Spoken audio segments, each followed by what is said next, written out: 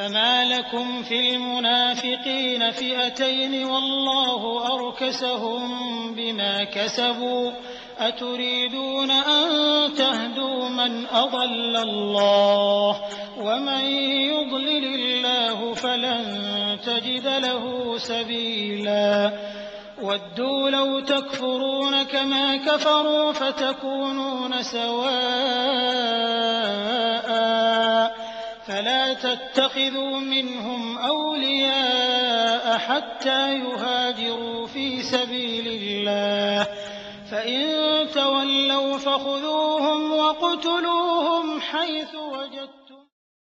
கண்ணியம் நிறைந்த இஸ்லாமிய சகோதரர்களே, தாய்மார்களே, வல்ல அல்லாஹ் எந்த மாதங்களை புனித மிகுந்த மாதமாக நமக்கு காட்டி தந்திருக்கிறானோ அந்த புனித மிகுந்த மாதங்களில் ஒன்றான முஹர்ரம் என்ற இந்த மாதத்தை நாம் எல்லாம் அடைந்திருக்கிறோம்.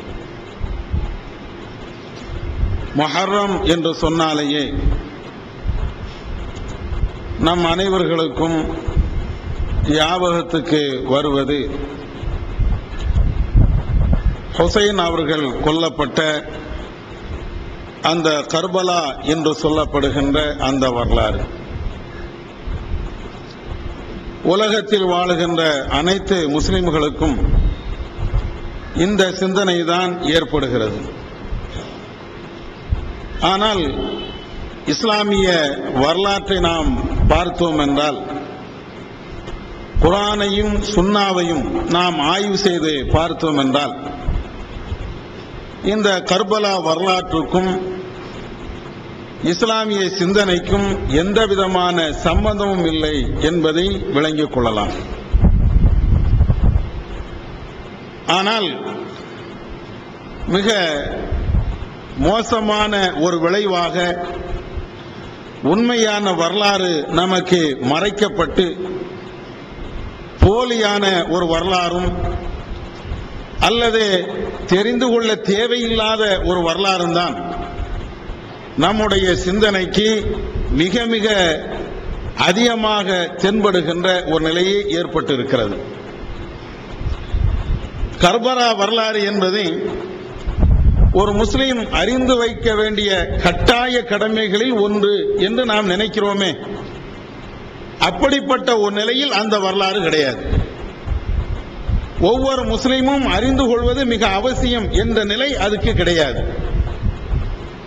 ஆனால் கண்டிப்பாக இன்னொரு வரலாறை ஒரு மனிதன் அறிந்திருக்க வேண்டும்.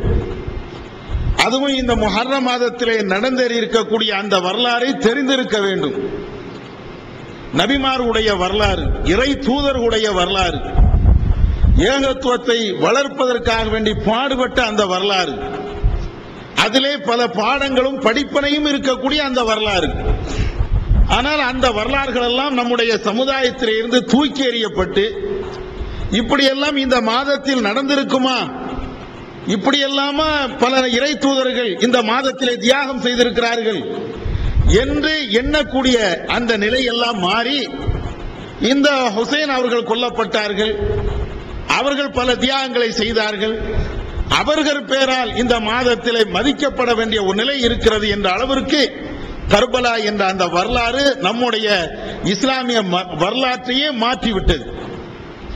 இன்னும் சொல்ல வேண்டும் என்றால், இந்த முஹர்ரம் மாதத்தில் நோன்பு வைக்க வேண்டுமே, அந்த நோன்பு கூட எப்படி மாற்றப்பட்டு விட்டது என்றால், ஹுசைன் அவர்களுடைய நோன்பு, ஹசன் அவர்களுடைய நோன்பு, இரண்டு நோன்பு வைக்கணுமே முஹர்ரம் மாசத்துல 9, 10. அந்த இரண்டு நோன்புமே எதுக்கு என்றால், ஹுசைன் அவர்களுடைய பேரால் ஒரு நோன்பு, ஹசன் அவர்களுடைய பேரால் இன்னொரு நோன்பு. அந்த அளவுக்கு இந்த சமுதாயத்தில் எதற்காக வேண்டி இந்த நோன்பு வைக்கணுமோ அந்த வரலாறு அப்படியே தலைகளாக மாற்றப்பட்டு விட்டது. அல்லாஹும் அல்லாஹ்வுடைய தூதர் இப்படி சொல்லி இருக்கிறாங்களா, ஹுசைன் அவங்களுக்காண்டி ஒரு நோன்பு வைங்க, ஹசன் அவங்களுக்காண்டி ஒரு நோன்பு வைங்க என்ற ரீதியில் சொல்லி இருக்கிறாங்களா? அப்படி சொல்லவே இல்லை. இன்னும் ஒரு படி மேல போனா, ஏகத்துவத்தை குழி தோண்டி புதைக்கக்கூடிய விதத்தில் தனி மனிதனை கடவுளாக ஆக்கக்கூடிய அளவிற்கு இந்த மாதத்துடைய வரலாறுகள் அப்படியே மாற்றப்பட்டு விட்டது. ஹுசைன் அவர்களை கடவுளாக சித்தரிக்கக்கூடிய அளவிற்கு, ஹசன் அவர்களை கடவுளாக சித்தரிக்கக்கூடிய அளவிற்கு இந்த மாதத்தினுடைய தியாக வரலாறுகள் என்று சொல்லப்படுகின்ற அந்த வரலாறு எல்லாம் உண்மையான வரலாறை மாற்றப்பட்டு விட்டது. உண்மையான வரலாறு என்ன? அதுதான் முதல்ல நாம முக்கியத்துவம் கொடுக்கணும். கர்பலாவுக்கு கொடுக்கக்கூடிய முக்கியத்துவத்தை விட, ஹுசைன் அவர்களுக்கு கொடுக்கக்கூடிய முக்கியத்துவத்தை விட, ஹசன் அவர்களுக்கு கொடுக்கக்கூடிய முக்கியத்துவத்தை விட உண்மையான வரலாறு என்ன? எந்த வரலாறு இந்த மாதம் நமக்கு பாடமாக அமைகிறது? அதுதான் நம்மளுக்கு தேவை. நபிகள் நாயகம் ஸல்லல்லாஹு அலைஹி வஸல்லம் அவர்கள் மதீனாவுக்கு வருகிறார்கள். மதீனாவுக்கு வருகின்ற அந்த நேரத்தில் யூதர்களும் கிறிஸ்தவர்களும் ரெண்டு பேருமே நோன்பு வைக்கிறார்கள். நோன்பு வைக்கின்ற பொழுது நபி அவர்கள் கேட்கிறார்கள், எதற்காக இவங்க நோன்பு வைக்கணும்? இவர்கள் நோன்பு வைப்பதற்கு என்ன காரணம்? அந்த யூத கிறிஸ்தவர்கள் சொல்கிறார்கள், இந்த நாளில்தான் எங்களுடைய முன்னோர்கள் இஸ்ரவேலர்கள் அவர்கள் இந்த கொடுமையான அரசனிடம் இருந்து, ஃபிரௌனிடம் இருந்து காப்பாற்றப்பட்டார்கள். மூசா நபியும் காப்பாற்றப்பட்டார்கள். மூசா நபி காப்பாற்றப்பட்டதின் காரணத்தினால் எங்களுடைய முன்னோர்கள் இஸ்ரவேலர்கள் அவர்களும் அந்த கொடுமையான அந்த ஃபிரௌனிடம் இருந்து காப்பாற்றப்பட்ட நாள். எனவே அந்த நாளை நாங்கள் போற்றுகின்ற விதமாக, அந்த நாளிலே எங்களுடைய முன்னோர்கள் காப்பாற்றப்பட்டார்கள், எனவே அல்லாஹ்வுக்கு நன்றி செலுத்த வேண்டும் என்ற அந்த அடிப்படையிலே இந்த நாளிலே அந்த முஹர்ரம் 10ஆம் நாளிலே நாங்கள் நோன்பு வைக்கிறோம் அப்படின்னு சொன்ன உடனே நபிகள் நாயகம் ஸல்லல்லாஹு அலைஹி வஸல்லம் அவர்கள் சொல்கிறார்கள், நஹனு அவுலா பி மூசா, மூசா நபிக்கு நாங்கள் மிக தகுதி வாய்ந்தவர்கள். மூசா நபி காப்பாற்றப்பட்டார்கள் என்று சொல்லி இவர்கள் நோன்பு வைக்கிறார்களே, மூசா நபி அல்லாஹ் காப்பாற்றினான், எனவே அல்லாஹ்வுக்கு நன்றி செலுத்த வேண்டும் என்று சொல்லி இவர்கள் நோன்பு வைக்காங்களே, அதை விட அந்த மூசா நபிக்கு மிக நெருக்கமானவர்கள், மூசா நபியுடைய கொள்கைகளை அப்படியே பின்பற்றக்கூடியவர்கள், அவர்கள் சொன்ன அந்த ஏகத்துவ கொள்கையை இன்றைக்கும் நிலைநாட்டக்கூடியவர்கள், அந்த அல்லாஹ்வுக்கு நன்றி செலுத்துவதற்கு மிக மிக கடமைப்பட்டவர்கள் நாங்க தான். எனவே நான் நோன்பு வைப்பேன் என்று நபிகள் நாயகம் ஸல்லல்லாஹு அலைஹி வஸல்லம் அவர்கள் அந்த முஹர்ரம் 10ஆவது அன்றைக்கு நோன்பு வைக்கிறார்கள். நான் வருகின்ற வருடம் உயிரோடு இருப்பேன் என்றால் 9ஆவது அன்னைக்கு நான் நோன்பு வைப்பேன் என்று நபிகள் நாயகம் ஸல்லல்லாஹு அலைஹி வஸல்லம் அவங்க சொல்றாங்க. இந்த மாசத்துல நபி அவர்கள் ஒரு வரலாறை ஞாபகப்படுத்துறாங்க. மூசா நபியுடைய வரலாறை அவர்கள் ஞாபகப்படுத்துகிறார்கள். அவர்கள் காப்பாற்றப்பட்ட அந்த வரலாறை யூத கிறிஸ்தவர்கள் அவங்களும் சொல்றாங்க, ஆமா உண்மைதான், ரசூலுல்லாஹ் அந்த வரலாறு உண்மை என்கிறாங்க. ஏன்? குர்ஆன்ல சொல்லப்பட்ட வரலாறுல மூசா நபி எவ்வளவு கஷ்டப்பட்டாங்க, ஃபிரௌன்ட்ட எவ்வளவு கடுமையான வேதனைக்கும் தொல்லைக்கும் அவர்கள் ஆளாக்கப்பட்டாங்க, அந்த வரலாறுல அல்லாஹ் திருக்குர்ஆன்ல சொல்லி காட்டுகிறான். மூசா நபியுடைய வரலாறு, ஏகத்துவத்திற்காக வேண்டி பாடுபட்ட அந்த வரலாறு, இந்த கொள்கையை நிலைநாட்ட வேண்டும் என்பதற்காக வேண்டி அவர்கள் கஷ்டம். முதல்ல அல்லாஹ் மூசாவை இறை தூதராக தேர்ந்தெடுக்கிறான். திருக்குர்ஆன்ல அல்லாஹ் இதை அடிப்படையாக ஆதாரமாக பல இடங்கள் அல்லாஹ் அப்படியே சொல்லி வருகிறான். மூசா நபியை தூதராக தேர்ந்தெடுத்த உடனே, நீங்க தான் இறை தூதர், நீங்க கடவுளை நம்ப வேண்டாம், அல்லாஹ் ஏக இறைவன், அல்லாஹ் ஒருவன், அதை நீங்க மக்களுக்கு மத்தியில எடுத்து சொல்லணும். ஆனா முதல்ல யார்கிட்ட சொல்லணும் தெரியுமா? ஃபிரௌன்ட்ட போய் சொல்லுங்க. தன்னை கடவுள் என்று சொன்னானே, நான் தான் முதல் கடவுள் என்று அவன் பேசுறானே, அந்த முதல் கடவுளுக்கு தன்னை கடவுள் என்று மக்களுக்கு மத்தியில வாழும் கடவுள் என்று பேசுகிறானே, அவன்கிட்ட போய் நீ கடவுள் இல்ல, ஏக இறைவன் அல்லாஹ் ஒருவன் தான் கடவுள் என்று நீங்க போய் சொல்லுங்க. வேற யார்ட்டையா சொல்லுங்கன்னா கூட பெரிய பிரச்சனை இல்லை, மக்கள்கிட்ட போற போக்கில் சொல்லிட்டு போயிடலாம். ஒரு அரசன்ட்ட போய், அதுவும் தன்னை கடவுள் என்று சொல்லக்கூடிய அவன்கிட்ட போய் நீ கடவுள் இல்லை என்று சொல்வதாக இருந்தா எவ்வளவு நெஞ்சு உறுதி வேணும், எவ்வளவு சாமர்த்தியம் வேணும், எவ்வளவு தைரியம் வேணும், போய் சொல்ல முடியுமா?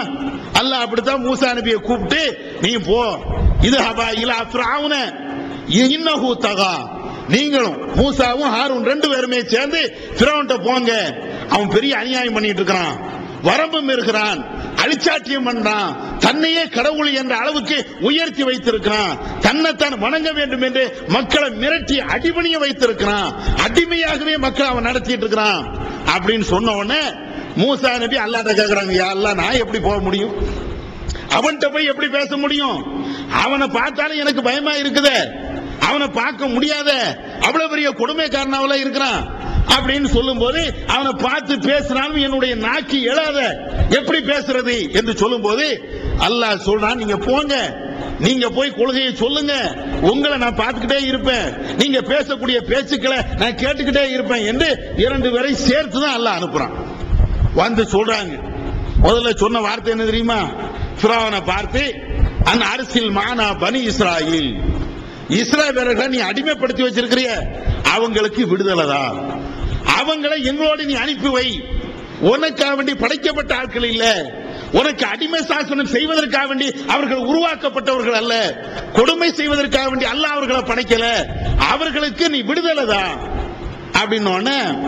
அப்படியே ஃபிரௌன்ட்ட வந்து மூசா நபி பேசும்போது பக்கத்தில் இருக்கக்கூடிய ஆட்களை எல்லாம் பார்த்து மூசா நபியை பார்த்து அப்படியே ஒரு மாதிரியா நக்கல் அடிச்சு பேசுறான். பத்தியா மூசாவ, என்ன இது, உங்களை எல்லாம் அவுத்து விட்டுறணுமா, நான் உங்களை எல்லாம் விடுதலை பண்ணிடணுமா அப்படின்னு மூசா நபியை பத்தி ஃபிரௌன் வந்து கிண்டலாக பேசுறான். உடனே நீ யாரப்பா? ஃபிரௌன் வந்து மூசாட்ட கேட்கிறான், நீ யாரு? அப்ப மூசா நபி சொல்றாங்க, நாங்க வந்து இறைவனால், அகிலத்தாருடைய இறைவனால் அனுப்பப்பட்ட இறை தூதர்கள். அப்படியா? அகிலத்தாருடைய ரட்சகன் என்ன, அது யாரு? அல்ல, ஃபிரௌன் கேட்கிறான், அகிலத்தாருடைய ரட்சகன் நீ சொல்றிய, அப்படின்னா அது யாரு, அவர் யாரு அப்படின்னு. உடனே மூசா நபி அவங்க சொல்றாங்க, அகிலத்தாருடைய ரட்சகன் என்றால் ரப்பு சமாவாத்தி வல்லர்லி ஒமா பைனஹுமா, வானங்கள் பூமி இதை படைச்சான இந்த ரெண்டுக்குமே அவன் தான் ரப்பு, இதுக்கு இந்த ரெண்டுக்கும் இடையில உள்ள அகில உலகத்திற்கும் அவன் தான் ரப்பு. உடனே கூட இருந்த ஆட்களை எல்லாம் பார்த்துக்கிட்டு, உங்களுக்கு அனுப்பப்பட்ட இந்த தூதர் இருக்கிறார, அவன் பைத்தியக்காரன் போல் தெரியுது, உங்களுக்கு அனுப்பப்பட்ட தூதர் என்று தன்னை அவர் தானே மூசா நபியும் ஆரும் தானே உங்களுக்கு சொல்லிட்டு இருக்கிறாங்க, கடவுள் நான் இங்க இருக்கும் போது நான் கடவுள் இல்லையா, நான் வந்து உங்களுக்கு இதுவரையும் கடவுளாக காட்சி தருகிறேன், என்னத்தான் நீங்க வணங்கிட்டு இருக்கிறீங்க, வேற ஏதாவது கடவுள்னு உங்களுக்கு உண்டா? அவன் கேட்கிறான், வேற கடவுள் என்று நீங்க எங்கேயா பார்த்திருக்கிறீங்களா? என்னை தவிர வேற கடவுள் என்று இந்த உலகத்துல யாரா பேசியிருக்கிறாங்களா? என்ன கடவுள் என்று நீங்க வணங்குறீங்க, நான் தான் கடவுள் என்று உங்கள்கிட்ட இருக்கிறேன், இவன் இன்னொரு ஆளை கடவுளுங்கிறான. அப்ப இந்த மூசாவும் இந்த ஹாரூனும் உங்களுக்கு பைத்தியமான ஆட்களாகத்தான் இருக்க முடியும், பைத்தியம் தான் அப்படின்னு சொல்லி அவன் கடுமையாக விமர்சனம் பண்றான். ஆனாலும் மூசா நபி உடல. அடுத்து என்ன சொல்றாங்க தெரியுமா? ரப்புக்கும் ரப்பு ஆபாயிக்கும், உங்களுக்கும் உங்களுடைய முன்னோர்கள் இருக்கிறாங்களே அவங்களுக்கும் அவன் தான் கடவுள். அவங்க மூசா நபி சொல்றாங்க, ரப்புல் மஷ்ரிகி வல் மக்ரிபி ஒமா பைனஹுமா, வானங்கள் மற்றும் பூமி, கிழக்கு திசை மேற்கு திசை, இதற்கு மத்தியில் உள்ள அத்தனைக்கும் அவன் தான் கடவுள். திரும்ப திரும்ப அல்லாஹ்வே அவங்க திரும்ப திரும்ப சொல்லிக்கிட்டே இருக்கிறாங்க, எல்லாத்துக்கும் அவன் தான் கடவுள். இன்னொரு ஆயத்தில் அல்லாஹ் சொல்றான், அப்படியா? அங்க வந்து வேறு சில மன்னர்கள் இருக்கிறாங்க, பெரிய பெரிய செல்வந்தர்கள்லாம் இருக்கிறாங்க, அவங்களை எல்லாம் கூப்பிட்டு, என்னப்பா இந்த மூசா என்னமோ கடவுள் கடவுளுங்கிறான, ஏதோ ஒரு பெரிய ரப்புல் ஆலமீன் அகிலத்தாருடைய ரட்சகன் அப்படின்னா சொல்லிட்டு இருக்கிறானே, அந்த அகிலத்தாருடைய ரட்சகனை நான் பார்க்கணும், ஏதாவது ஒரு பெரிய உயரமான இடத்தை நீ கெட்டு அதற்கு மேல ஏணிய வை, அந்த ஏணியில ஏறி மேல ஏறி நான் போய் அந்த ஃபிரௌன் அந்த மூசாவுடைய கடவுள் நான் பார்த்துட்டு வரேன். எவ்வளவு நக்கலா இருக்கும், எவ்வளவு மோசமான வார்த்தையா இருக்கும். இவ்வளவையும் சபைக்கு மத்தியில மூசா நபியை வைத்துக் கொண்டு பல ஆட்களையும் அவர்களை எல்லாம் வைத்துக் கொண்டு ஃபிரௌன் இவ்வளவு கொடுமையா கேட்கிறான்.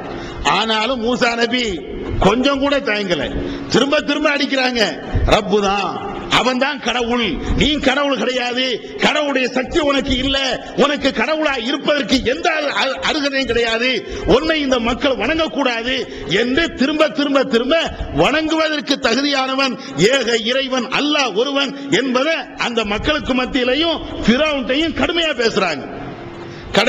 கடைசியாக ஒரு வழிக்கு ஃபிரௌன் வருகிறான், வந்து சொல்றான், நீ இறை தூதராப்பா? இறை தூதர் என்றால் அல்லாஹ் தான் உன்னை கடவுளாக அனுப்பி வைத்தார் என்றால் உன்கிட்ட ஏதாவது ஆதாரம் இருக்குதா? உன்கிட்ட ஏதாவது கைவசம் ஏதாவது வச்சிருக்கிறியா அப்படின்னு. ஆமா இருக்குது, அல்லாஹ் என்ன சும்மா அனுப்பல, ஒரு ஆதாரத்தோடு தான் அல்லாஹ் அனுப்புனா அப்படின்னு சொல்லி கையில இருக்கக்கூடிய கைத்தடிய போறாங்க, அது ஒரு பாம்பாக மாறுது. அதே போன்று தன்னுடைய கையை அப்படியே எடுத்து காட்டுறாங்க, அது பயங்கரமா பிரகாசமா ஒளியாக காட்சி தருகிறது. இதையெல்லாம் பார்த்த உடனே மக்களும் இருக்கிறாங்க, அப்படியே மிரட்சியோடி பார்க்கிறாங்க.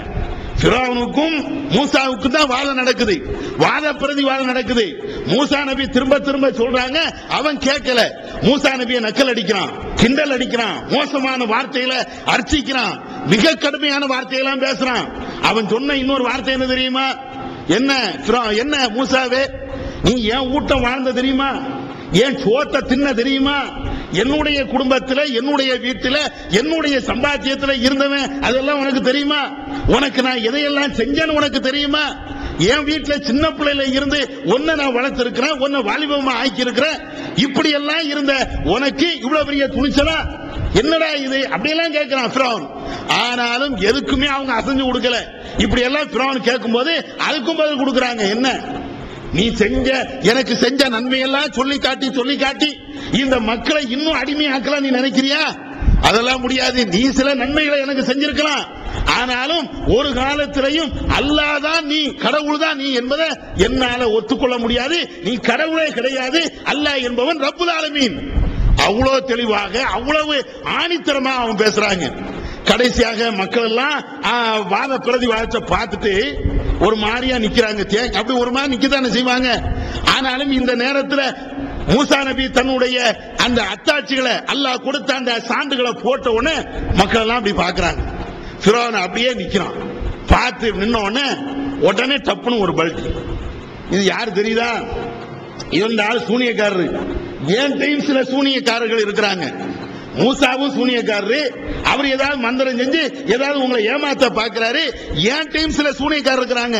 வேணா கூட்டுவா, எல்லாத்தையும் கூட்டுவோம், இவரையும் வைப்போம், ஏன் மந்திரவாதிகளையும் கூட்டு வந்து ஒரு போட்டியை நடத்துவோம். அதுல யார் வெல்வான்னு பார்ப்போம். வெல்வான்னு பார்க்கிற மாத்திரம் இல்ல, இவரை தோற்கடித்து விட்டால், இந்த மூசாவுடைய அந்த சூனியத்தை தோற்கடித்து விட்டால் நீங்க என் பேச்ச கேட்பீங்களா? மக்கள்கிட்ட கேட்கிற ஃபிரௌன், நீங்க என்ன கடவுளா ஏத்துக்கிடுவீங்களா அப்படிங்கிறான். சரி அப்படிங்கிறாங்க. உடனே ஒரு குறிப்பிட்ட நாள்ல, குறிப்பிட்ட நேரத்தில் எல்லா ஊர்ல இருக்கக்கூடிய, உலகத்தில் இருக்கக்கூடிய அத்தனை பேரையும், அத்தனை சூனியக்காரனையும் ஃபிரௌன் கொண்டு வரான். மூசா நபியும் வராங்க. மூசா நபியும் சூனியக்காரர்களும் சேர்ந்து இருக்கக்கூடிய அந்த நேரத்தில் அப்பதான் போட்டி நடக்குது. உடனே மூசா நபி சொல்றாங்க, உங்கள்கிட்ட என்னென்ன இருக்குதோ எல்லாத்தையும் கீழே போடுங்க. அவன் போட்டதெல்லாம் கயிறு என்பது பாம்பு மாறி போகுது. ஒவ்வொன்னா ஒவ்வொரு வித்தையும் காட்டுதான். உடனே மூசா நபி போடுறாங்க, தன்னுடைய கைத்தடியை போடுறாங்க. அது பெரிய பாம்பா மாறுது. பாம்பா மாறினது இல்ல, இதை தாண்டி அது இன்னொரு பெரிய சாகசத்தையும் செய்கிறது.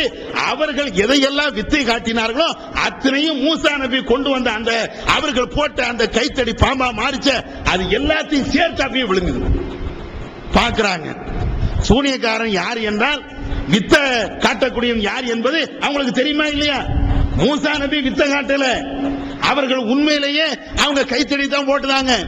போட்ட உடனே அல்லாஹ் அந்த கைத்தடியை உண்மையான பாம்பாக மாத்துகிறான். சூனியக்காரர்களுக்கு தெரியும், வித்த காட்டக்கூடியவன் தெரியும். ஏன் நாம மேஜை காட்டுதோம், அவர் உண்மையிலே காட்டுகிறார். அவர் உண்மையே காட்டுகிறார். நம்ம தீ மாதிரி ஒரு பொருளை காட்டலாம், ஆனா அவர் உண்மையிலே தீயை காட்டுகிறார். நம்ம பாம்பு மாதிரி ஒன்றை காட்டலாம், ஆனா அவர் உண்மையிலேயே பாம்பா காட்டுகிறார். யாருக்கு தெரியும்? பாம்பின் கால் பாம்பறியும் செல்வமா இல்லையா? அதே மாதிரி அவங்களுக்கு தெரியுமா இல்லையா? இது மேஜிக் அல்ல, இது உண்மையிலேயே இது கண்கட்டி வித்த அல்ல, இவர் உண்மையிலேயே நடத்தி காட்டுகிறார், நாம வித்த காட்டுதோம் அப்படின்னு புரிஞ்ச உடனே இவ்வளவு நடக்குது. மூசா நபி ஜெயிச்சு நிக்கிறாங்க. ஃபிரௌனும் அவனுடைய படையும் தோத்து நிற்கிறது. சபை அத்தனை பேருமே பார்த்து கொண்டு இருக்கிறார்கள். உடனே அந்த சூனியக்காரர்கள், அதாவது கண்கட்டி வித்து காட்ட வந்த அவர்கள் உடனே சொல்லிட்டாங்க, நாங்க இந்த மூசா அல்லது ஹாரூன் இவருடைய ரப்பை நாங்க ஏத்துக்கிறோம். அப்பதான் ஃபிரௌனுக்கு கடுமையா கோபம் வருது. என்ன, நான் உங்களுக்கு அனுமதி தருவதற்கு முன்னால் நீங்க அந்த கடவுளை ஏத்துக்கிடுவீங்களா? மூசானுடைய வழிக்கு நீங்க போயிருவீங்களா? அப்பதான் மிரட்டல் விடுகிறான். என்ன மிரட்டல்? நீங்க ஒரு சமயம் அங்க போயிட்டீங்கன்னா, என்னுடைய அனுமதி இல்லாம, என்னுடைய நிலையை கேட்காம நீங்க மூசா நபியுடைய கூட்டத்தில் நீங்க சேர்ந்துட்டீங்க அப்படின்னா உங்களுடைய மார்கை நான் வாங்குவேன், உங்களுடைய கையை வெட்டுவேன், காலை வெட்டுவேன் அப்படிங்கிறான். ஃபிரௌன் சொன்னா நடத்தி காட்டுவதற்கு தகுதி படைத்தவன், அவனால் நடத்தி காட்ட முடியும். ஏன்னா அவன் தான் மன்னன், அவன் தான் நீதிபதி, அவன் தான் போலீஸ், அவன் தான் ராணுவம், அவன் நினைச்சா எதையும் செய்ய முடியும். இருந்தாலும் இவங்க யாரு? அந்த இஸ்லாத்தை ஏற்றுக்கொண்ட அந்த மக்கள் உடனே சொல்றாங்க லா லைவ், ஒண்ணுமே கிடையாது, நீ என்னனாலும் பண்ணிக்க, உன்னுடைய பேச்சை நாங்கள் பொறுத்தாக எடுத்துக்கொள்ள மாட்டோம், நாங்கள் ஈமான் கொண்டதுதான். ஏன்? இன்னா இலா ரப்பினால முன்கலிபூன், எங்களுடைய ரப்பிடத்தில் நாங்க போறோம். ரப்பு ரஹ்மான் அவன் ஒருத்தன் தான். இதுவரை நாங்க ஏமாத்திக்கிட்டு இருந்தோம், இப்ப உண்மை எதுவும் தெரியுது. நீ கடவுள் என்று ஒன்னை நீ நான் சொல்லிக் கொண்ட, நீ கடவுள் கிடையாது, கடவுள் என்றால் மூசாவுடைய ரப்பு தான் கடவுள் அப்படின்னு சொல்லி மூசா நபியை ஏற்றுக்கொண்டார்கள். மூசா நபியுடைய ரப்பை ரப்பாக, அல்லாஹ்வை கடவுளாக அவங்க ஏத்துக்கிட்டாங்கன்னு வரலாறு வருது. சும்மா விடுவான்? மூசா நபியோ மூசா நபியுடைய அந்த சமுதாயமோ இந்த மண்ணில் நான் வாழ விட மாட்டேன், அவங்கள அழிப்பேன், அவங்கள ஒழிப்பேன். ஏன்? அவங்க அற்பமானவர்கள், சொற்பமானவர்கள், மிக குறைவானவர்கள், அவர்களை ஒழிப்பேன் அப்படிங்கிற அதே மாதிரி அவர்களை ஒழிப்பதற்கு என்னென்ன திட்டம் உண்டோ அத்தனை திட்டத்தை வகுக்கிறான். அந்த சமுதாயத்தை, மூசா நபியை ஏற்றுக்கொண்ட அந்த குறைந்த அந்த சமுதாயத்தை ஃபிரௌனும் அவனுடைய படையும் துரத்துறாங்க. துரத்தக்கூடிய அந்த காட்சியை அவங்க நேரடியாக பார்க்கிறாங்க. ஒரு நேரத்தில் மூசா நபி தன்னுடைய ஆட்களை கூட்டிட்டு ஊரை விட்டு ஓடி வருகின்ற அந்த நேரத்தில் அதையும் தெரிஞ்சு ஃபிரௌனுடைய படை அவங்களை துரத்திட்டே வராங்க. ரெண்டு படையும் சந்திக்குது. இவங்க படையே கிடையாது, பயந்துகிட்டு தான் ஓடுறாங்க. மூசா நபியும் அவங்களுடைய சமுதாயத்தவர்களும் பயந்துகிட்டு ஓடுறாங்க. அவன் படை திரட்டிக்கிட்டு ஓடி வாரான். ரெண்டு பேருமே சந்திக்கக்கூடிய அந்த நேரத்தில் தான் மூசா நபியை ஏற்றுக்கொண்ட அந்த முஸ்லிம்கள், ஏகத்துவாதிகள் மூசா நபிட்ட கேட்கிறாங்க, மூசாவே வசமா மாட்டிக்கிட்டோம், பின்னால படை, முன்னால கடல், பின்னால இவன் ஃபிரௌனுடைய படை இருக்குது, அவன் சாவடிப்பான், அவன்கிட்ட மாட்டினா நம்மளை சின்ன செதறடிச்சிருவான், முன்னால தண்ணியில விழுந்தா மூழ்கடிச்சு சாவும், என்ன செய்ய? அப்பதான் இறை தூதர் மூசா நபி அவர்கள் அற்புதமான ஒரு வார்த்தையை அவங்க சொல்றாங்க. அதாவது அல்லாஹ் ரஹ்மானை நான் நம்பி இருக்கிறோம், இன்ன ரப்பி சயஹ்தீன், என்னுடைய ரப்பு இருக்கிறான், அவன் எனக்கு வழிகாட்டுவான் அப்படின்னு சொன்ன உடனே அல்லாஹ் வந்து சொல்கிறான், மூசாவே உன்னுடைய கையில் இருக்கக்கூடிய அந்த தடியை எடுத்து இந்த கடல்ல நீ அடி, அந்த கடல் ரெண்டா பிளக்கும், அதுல ஓடி நீங்க தப்பித்துக் கொள்ளுங்கள். அதே மாதிரி மூசா நபி கடல்ல அடிக்கிறாங்க, அந்த கடல் அப்படியே ரெண்டாக பிளக்கிறது, ரெண்டு சைடுல ரெண்டு மலை போல அந்த தண்ணி அப்படியே நிற்கிறது. மூசா நபியும் அவருடைய படையும் அதுல கடந்து அவங்க தங்களை காப்பாற்றிக் கொள்றாங்க. வழி இருக்குதுன்னு சொல்லி ஃபிரௌனுடைய படை ஓடி வருகிறது. இருந்த அந்த பிளந்த அந்த தண்ணீர் மீண்டும் அவர்களை மூழ்கடிக்கிறது. யார? ஃபிரௌனுடைய படையை மூழ்கடிக்கிறது. இந்த அடிப்படையில் தான் மூசா நபி அவங்களுடைய சமுதாயத்தவர்கள் காப்பாற்றப்பட்டார்கள் என்று அல்லாஹ் திருக்குர்ஆன்ல சொன்னான். முஹர்ரம் என்றால் இந்த வரலாறுல ஞாபகத்துக்கு வரணும். இந்த வரலாறு ஞாபகத்துக்கு வருதா? ஏகத்துவத்திற்காண்டி பாடுபட்டார்களே, ஃபிரௌன்ட்ட ஏகத்துவத்தை எடுத்து சொன்னாங்களே, நீ கடவுள் இல்லை என்று நேருக்கு நேராக நெஞ்ச நிமிர்த்தி போல்ட்டாக பேசினாங்களே, இந்த வரலாறு ஞாபகத்துக்கு வருதா? ஃபிரௌன் அவன் வந்து ஒரு சபையை கூட்டி ஒரு போட்டியை நடத்தி அதுல தோற்கடிக்கப்பட்டான. தோற்கடிக்கப்படுகிற அந்த நேரத்தில் ஃபிரௌன் கூட்டி வந்த அந்த ஆட்களை இஸ்லாத்தை ஏற்றுக்கொண்டு ஃபிரௌனை எதிர்த்தார்களே, நீ என்னனாலும் பண்ணிக்க, என் காலை வெட்டு, கையை வெட்டு, என் உயிரை எடு, ஆனால் அல்லாஹ்வுடைய அந்த மார்க்கத்தில் இருந்து ஒரு பிசுறு கூட நான் விலக மாட்டேன், என்னுடைய ஈமான நீ எப்படினா நீ சோதிச்சு பாரு, ஈமான்ல இருந்து கொஞ்சம் கூட நான் பின்வாங்க மாட்டேன் என்று கடுமையாக பேசினார்களே, ஏகத்துவத்துக்கு உரமிட்டார்களே. அது இன்னைக்கு இந்த வரலாறு நம்மளுக்கு வருதா? இந்த வரலாறு, ஏகத்துவம் வரலாறு அப்படியே தொலைக்கப்பட்டு காணாக்கப்பட்டு நம்முடைய சமுதாயத்தினுடைய உள்ளத்தில் இருந்து அப்படியே தூக்கி எறியப்பட்டு ஹுசைன் அவருடைய வரலாறு. இதை தெரிஞ்சா ஈமானுடைய வரலாறு நமக்கு ஈமான் கூடும், அதிகரிக்கும். ஹுசைனுடைய வரலாறு என்ன? அவங்களுடைய வரலாறு தெரிஞ்சதுனால என்ன, தெரியாம இருந்ததுனால என்ன? அல்லாஹ் மூசா நபியுடைய வரலாறு உனக்கு தெரியுமா என்று அல்லாஹ் கேட்பான். ஹுசைனுடைய வரலாறு தெரியும் என்று உங்கள்ட்ட கேள்வி உண்டா? ஹுசைனுடைய வரலாறு என்று தெரியலனா அல்லாஹ் நரகத்தில் போட்டுருவானா? மூசா நபியுடைய வரலாறு தெரியணுமே, இறை தூதர்களை நாம நம்பணுமே. ஈமான்ல ஒண்ணுல ஈமான் கொள்ளும் போது இறை தூதர்களை நம்பிக்கை வைத்திருக்கணுமே, அவங்களுடைய வரலாறை தெரிஞ்சு வைத்திருக்கணுமே. ஹுசைனுடைய வரலாறு தெரியலனா ஒண்ணும் கிடையாது, எதுவுமே இல்ல. அல்லாஹ்வுடைய தூதருடைய பேரன், அவ்வளவுதான். நபி அவர்கள் மிக மிக பிரியப்பட்ட ஒரு பேரன், அவ்வளவுதான். அவர் ஒரு நபி தோழர், அவ்வளவுதான். எல்லா நபி தோழர்களையும் எப்படி மதிப்போமோ அதே மாதிரி மதிக்க வேண்டும், அவ்வளவுதான். ஆனா இன்னைக்கு ஷியாக்கள் இந்த மூசா நபியுடைய ஏகத்துவ வரலாறு அப்படியே தூக்கி எறிஞ்சிட்டு இந்த ஹுசைனுடைய வரலாறை கொண்டு வந்து அவருக்காக வேண்டி பஞ்சாவாம், அவருக்காக வேண்டி குளக்கட்ட பாத்தியாவாம், அவருக்காக வேண்டி இவ்வளவு இன்னைக்கு போருக்கு போறாங்களாம். எங்கப்பா போருக்கு போற, என்ன நீ செய்யற, அது என்ன பஞ்சா, இது யாரு காட்டி தந்த வரலாறு? கர்பலா யுத்தத்தை அப்படியே வரலாற்றில் அப்படியே செய்து காட்டுதாங்களாம். ஏன் மூசா நபிக்கு செய்து காட்டின இந்த வரலாறை நீ உண்மைப்படுத்திப்பார், இந்த வரலாறை அப்படியே நாடகமா நீ நடிச்சு காட்டிப்பார், அது இந்த மக்களுக்கு பயனாக இருக்கும். ஆனா அதையெல்லாம் விட்டுட்டு இவ பஞ்சா எடுக்கிறதும், அதற்காக வேண்டி தன்னை வருத்தி கொள்வதும், மேல அடித்துக் கொள்வதும், நாமே சட்டையை கிழித்துக் கொள்வதும் ரசூலா நேருக்கு நேரா கண்டிச்சதில்லை. ரசூலா அப்படியே சொல்றாங்க, லைஸ மின்னா, நம்மை சார்ந்தவன் இல்ல, நம்மாலே கிடையாது. யாரு வந்து தன்னுடைய நெஞ்சிலை குத்தி கிழிக்கிறானோ, தன்னுடைய நெஞ்சில அடித்துக் கொண்டு அழுகிறானோ, சட்டையை கிழித்துக் கொள்கிறானோ, ஜாகிலாவுடைய முட்டாள்தனமான அந்த பேச்சுக்களை பேசி எவன் ஒப்பாரி வைத்து அழுகிறானோ அவன் நம்மை சார்ந்தவன் அல்ல என்று நபி அவர்கள் சொன்னாங்களே. அதுதானே இவன் கர்பலா என்ற அடிப்படையில், முஹர்ரம் பண்டிகை என்ற அடிப்படையில் இவ்வளவு இஸ்லாத்துக்கு மாற்றமான காரியத்தானே செய்யறான். இதெல்லாம் மார்க்கத்தில் இல்லாத ஒன்று. மூசா நபியுடைய வரலாறு நீங்க சொல்லி பாருங்க, இந்த முசீபத்து ஒளியும், இந்த கர்பலா ஒளியும், இந்த பஞ்சா ஒளியும், நெஞ்சில அடித்துக்கிட்டு சாவக்கூடிய, தன்னை தானே இழிவுபடுத்தக்கூடிய கேவலமான இந்த மோசமான செயல்பாடுகள் சமுதாயத்திலிருந்து ஒளியும். அதனால கர்பலா வரலாறு தூக்கி எறிஞ்சிட்டு மூசா நபியுடைய வரலாறு, இந்த ஃபிரௌனுடைய கொடுமை, காப்பாற்றப்பட்ட அந்த வரலாறு, இதை நாம தெரிந்து கொள்ளணும், மக்களுக்கு மத்தியில் சொல்லணும். வல்ல அல்லாஹ் அதற்கு அருள் செய்வானாக. வாஹிர் தஅவானா அல்ஹம்துலில்லாஹி ரப்பில் ஆலமீன்.